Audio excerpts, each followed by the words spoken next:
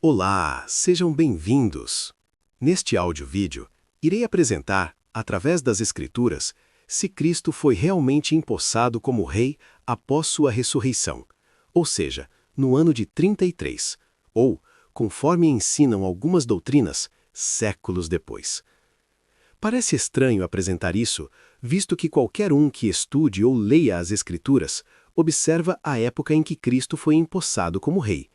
Mas é sempre bom estarmos fortalecendo isso em combate a certas heresias.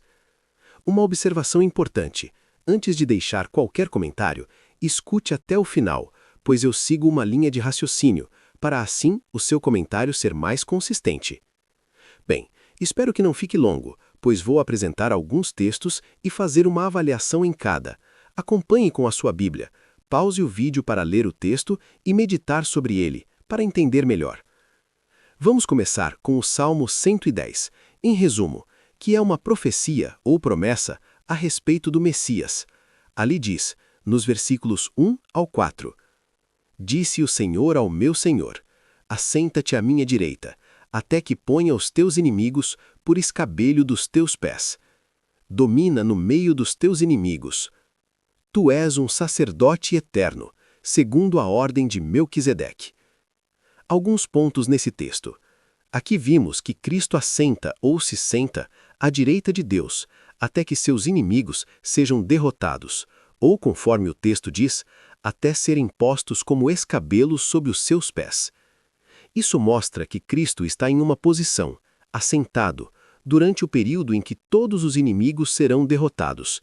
E, como sabemos, é Cristo que causará essa destruição. O texto afirma isso em seguida, domine no meio de teus inimigos. E depois conclui dizendo que ele é sacerdote eterno, segundo a ordem de Melquisedeque. Vamos entender esse texto do Salmo um pouco mais a fundo. Primeiro, quem foi Melquisedeque? Gênesis 14, 18. E Melquisedeque, rei de Salém, trouxe pão e vinho, e era este sacerdote do Deus Altíssimo. Melquisedeque, que é anterior a Abraão, era rei de Salém e sacerdote de Deus. Ele tinha duas funções, tinha dois atributos, de rei e sacerdote, duas funções juntas e não separadas. Guarde bem isso. O Messias, Jesus Cristo, é comparado a Melquisedeque, no sentido de também ter essas duas funções, ser rei e sacerdote. Essa comparação é confirmada por Paulo em Hebreus, capítulos 7 e 8. Primeiro, os versículos do 1 ao 3 do capítulo 7. Porque este Melquisedeque, que era rei de Salém, sacerdote do Deus Altíssimo, sem pai, sem mãe, sem genealogia, não tendo princípio de dias nem fim de vida, mas sendo feito semelhante ao Filho de Deus, permanece sacerdote para sempre. Então aqui, Paulo começa sua explanação da relação entre Cristo e Melquisedeque, referente à profecia do Salmo 110. Uma coisa interessante, os judeus convertidos, ou os que pretendia converter, para quem Paulo primariamente estava escrevendo esses ensinamentos, sabiam que a lei de sacerdócio se devia pela descendência de Levi, descendente de Arão, e não da casa de Judá, que Jesus fazia parte. Então, como Jesus poderia ter o direito de ser considerado sacerdote? É por isso que ele explica nos versículos do 14 ao 26. Porque mudando-se o sacerdócio, necessariamente se faz também mudança da lei. Porque aquele de quem estas coisas se dizem, pertence a outra tribo, da qual ninguém serviu ao altar. Visto ser manifesto que nosso Senhor procedeu de Judá, e concernente a essa tribo, nunca Moisés falou de sacerdócio. E muito mais manifesto é ainda, se a semelhança de Melquisedeque se levantar outro sacerdote, porque ele assim testifica, tu és sacerdote eterno, segundo a ordem de Melquisedeque. Porque nos convinha tal sacerdote, santo, inocente, imaculado, separado dos pecadores, e feito mais sublime do que os céus. Então ele deixa claro para aqueles judeus que Cristo seria sacerdote não por uma descendência humana, conforme era a lei, mas por uma descendência divina, por ser santo e sem pecado. Por isso Cristo é da ordem de Melquisedeque, além do motivo dos dois atributos, rei e sacerdote. Ele não seguia a descendência de Arão, da casa de Levi. E quando Cristo virou esse rei sacerdote? Início do capítulo 8 de Hebreus. Ora, a suma do que temos dito é que temos um sumo sacerdote tal que está assentado nos céus à destra do trono da majestade. Paulo informa que Cristo já está como sacerdote nos céus, assentado à direita de Deus. Temos um sacerdote já assentado à destra de Deus, ou seja, após sua ressurreição. Lembre-se que a função rei e sacerdote trabalham juntos. Portanto, se Cristo já cumpre a função de sacerdote tal qual Melquisedeque no céu, então ele já é rei tal qual Melquisedeque nos céus. As funções não são separadas, é a essência de sua posição. Quando Paulo fala que Cristo está assentado nos céus ou à direita de Deus, significa que Jesus concluiu sua obra redentora na terra, reinando agora com autoridade suprema, poder e glória divina. Outros textos que mostram essa autoridade de Cristo como Rei assentado à direita de Deus. Efésios 1, 20 e 21. Que manifestou em Cristo, ressuscitando-o dentre os mortos e pondo-o à sua direita nos céus, acima de todo principado e poder e potestade e domínio, e de todo nome que se nomeia, não só neste século, mas também no vindouro. Então, nitidamente, após sua ressurreição, ele se assenta e recebe a autoridade acima de qualquer coisa, ou seja, é entronizado. Não tem sentido se assentar e não receber a coroa de rei, ficar esperando séculos e séculos para isso acontecer, mas ele se assenta e já recebe a autoridade como rei sobre toda a criação conforme o texto. Agora, Hebreus 10, versículos 12 e 13. Mas este, havendo oferecido para sempre um único sacrifício pelos pecados, está assentado à destra de Deus. Daqui em diante, esperando até que seus inimigos sejam postos de escabelo de seus pés. Paulo usa a expressão daqui em diante, ou seja, naquele exato momento Cristo já está assentado como rei. Mais uma vez confirmando-o se assentar à destra de Deus como rei após sua ressurreição. O texto fala que ele está esperando até que todos os inimigos sejam derrotados. Alguns interpretam errado esse texto, informando que Jesus ressuscitou e está esperando para ser rei. O texto não quer dizer isso.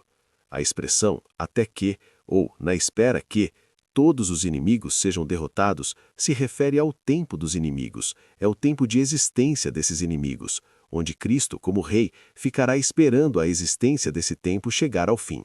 E o próprio Cristo, como rei, é que irá causar isso. Observe o texto de 1 Coríntios 15, 25.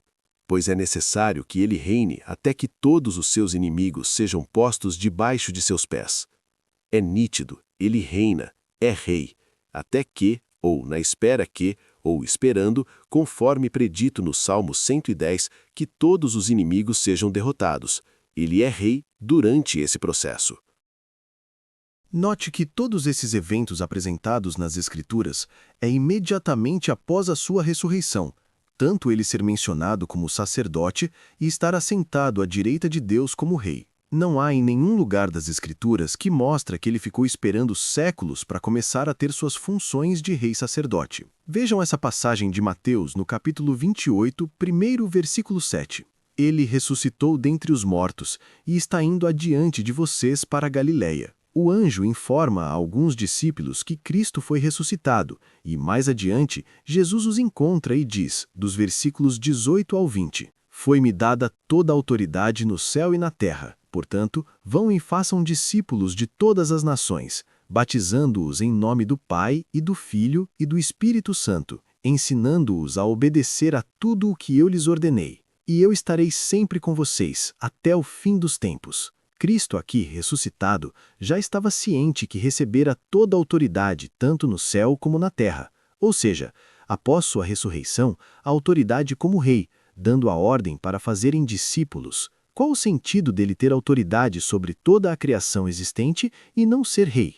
Não tem sentido isso.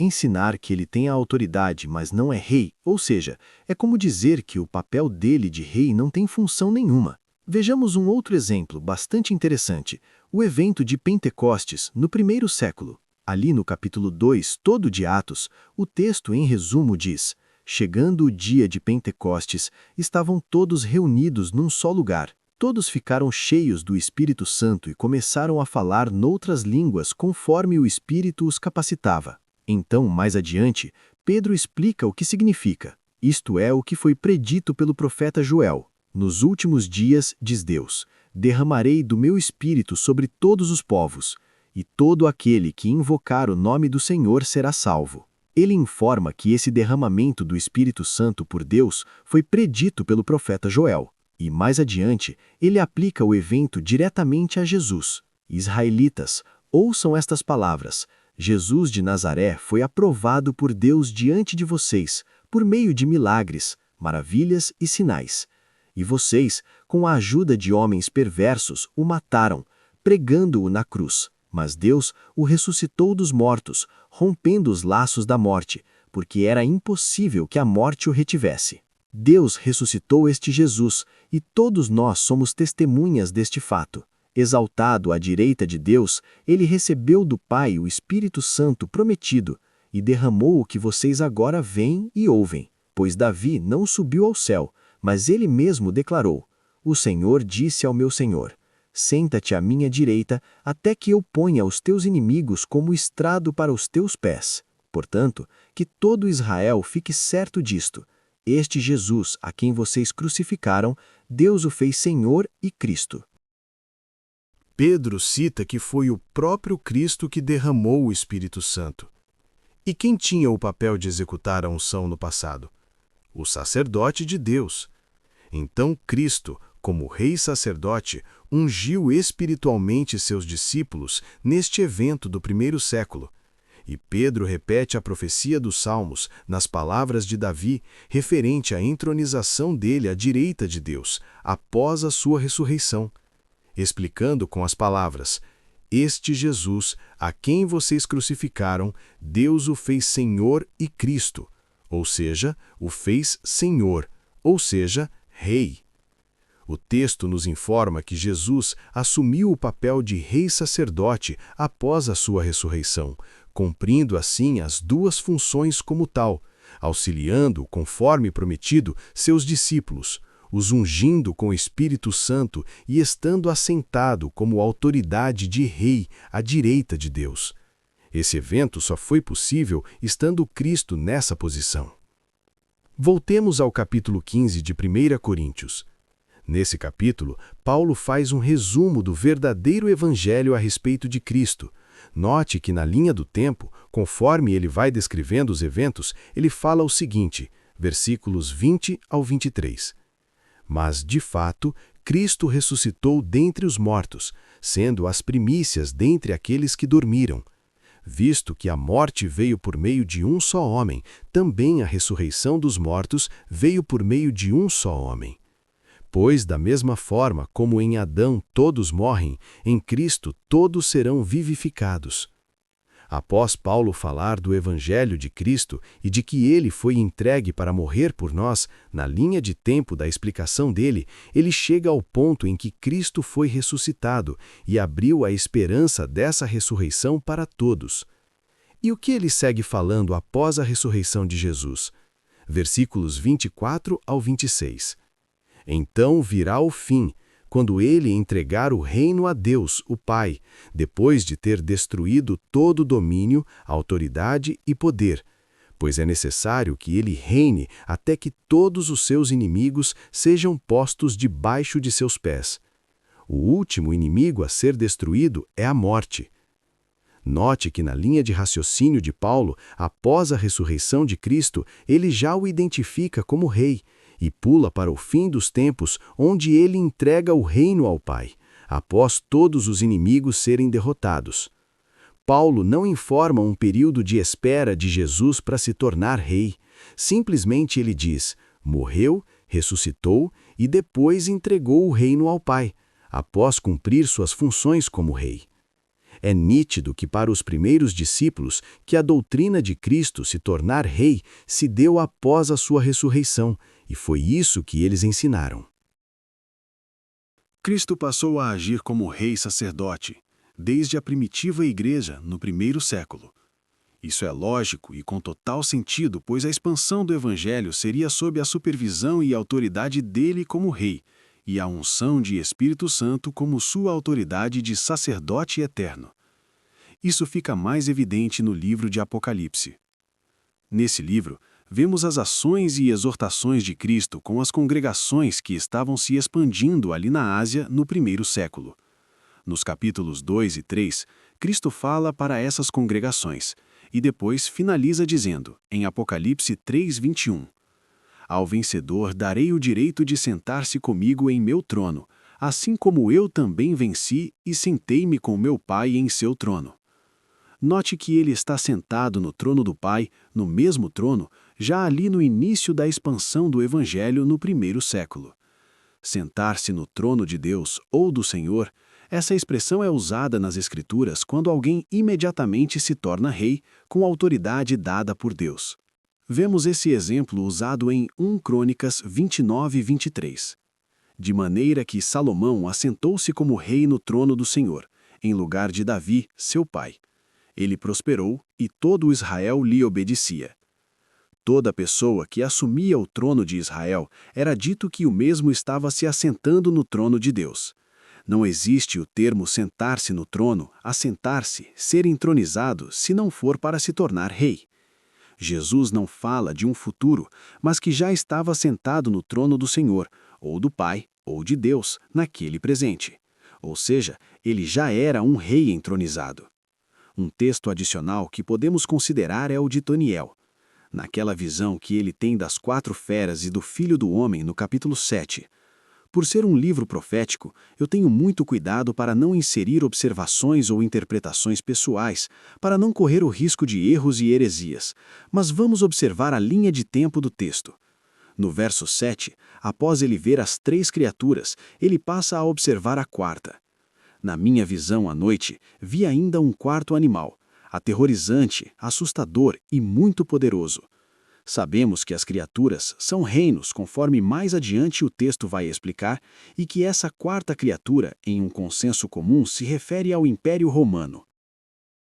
Na sequência do texto, versículos 13 e 14. Na minha visão à noite, vi alguém semelhante a um filho de um homem vindo com as nuvens dos céus. Ele se aproximou do ancião e foi conduzido à sua presença. A ele foram dadas autoridade, glória e reino. Todos os povos, nações e homens de todas as línguas o adoraram. Seu domínio é um domínio eterno que não acabará, e seu reino jamais será destruído. Na visão de Daniel, enquanto ele observava a 4ª criatura, ele viu o Filho do Homem, ou seja, o Messias, Cristo, recebendo a autoridade e o reino, sendo entronizado como rei. O interessante, na linha do tempo, é que ele observa o Filho do Homem sendo coroado no período da visão da 4ª criatura, ou no período do Império Romano. E como sabemos, Cristo nasceu, viveu, morreu e foi ressuscitado no período de dominação desse império, no primeiro século. Daniel não tem uma visão de intervalo grande ou outra após a 4ª criatura, mas os acontecimentos da entronização de Cristo descrevem na mesma linha de tempo. E se for ler com cuidado todo o capítulo, verá que esta criatura, o Império Romano, travará uma guerra contra os santos, ou seja, os primitivos cristãos, e a expansão do Evangelho durante os séculos seguintes. Então estes santos passarão a fazer parte do reino, já estabelecido, na visão anterior, pelo Filho do Homem, Cristo, entronizado como Rei. Ele não diz que o Filho do Homem receberá o reino após isso, mas os santos, que estavam travando essa guerra, que sim, conforme ele conclui no versículo 27. Então a soberania, o poder e a grandeza dos reinos debaixo de todo o céu serão entregues nas mãos dos santos, o povo do Altíssimo. Seu domínio é um domínio eterno que não acabará, e seu reino jamais será destruído. Resumindo, ele tem a visão das 4 criaturas. Após a visão da 4ª, mostra Cristo sendo entronizado e, durante o domínio da 4ª criatura, mostra a perseguição aos santos, ou seja, aos cristãos, e que, no fim, estes também receberão a recompensa do reino, já estabelecido. Outra coisa que podemos considerar. Lembra que Jesus pregava: "Arrependam-se, pois o reino dos céus está próximo", em Mateus 4,17? Isso se dava ao fato que essa proximidade do reino, ou seja, Cristo como rei, representante desse reino em vigor, não seria algo que aconteceria séculos depois, uma espera longa, mas essa proximidade que sempre foi enfatizada por ele e seus discípulos se tornou realidade com sua ressurreição e coroação como rei, assentado à direita de Deus, imediatamente. Portanto, irmãos, não há evidência nenhuma nas Escrituras que Cristo tenha esperado séculos e mais séculos para ser empossado rei. Mas, conforme apresentado, tudo leva ao entendimento que, após sua ressurreição, ele assumiu o papel de rei-sacerdote, entronizado à direita de Deus. Se você tem o privilégio de ter uma Bíblia em casa e a liberdade de aprender e ler sobre Cristo, e se o nome de Jesus é conhecido no mundo todo por causa desse evangelho, isso se dá por causa de sua supervisão como autoridade de rei e sacerdote desde o início dessa expansão no primeiro século, e não só a partir de 100 anos atrás. É claro que alguns irão fazer cálculos e usar textos para tentar chegar em uma data específica, mas isso não faz sentido nenhum biblicamente. Mas eles fazem isso somente para validar certa doutrina ou dar validade a uma religião. Preferem dar crédito e nome a uma religião do que realmente aceitarem o que as Escrituras apresentam e dar todo o crédito ao Rei, Cristo Jesus. Bom, espero que tenham gostado, lembrando que o estudo é sobre doutrinas e não pessoas. Desculpem se houver algum erro, e espero que a paz de Cristo esteja com todos.